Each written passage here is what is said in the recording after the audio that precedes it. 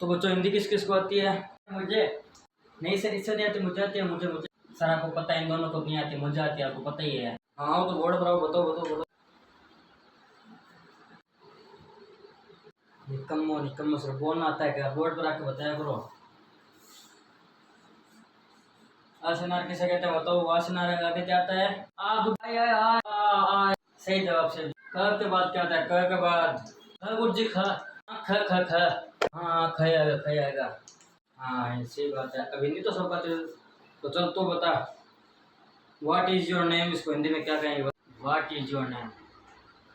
मैं बुर्ज खलीफा पर खड़ा हूँ। क्या?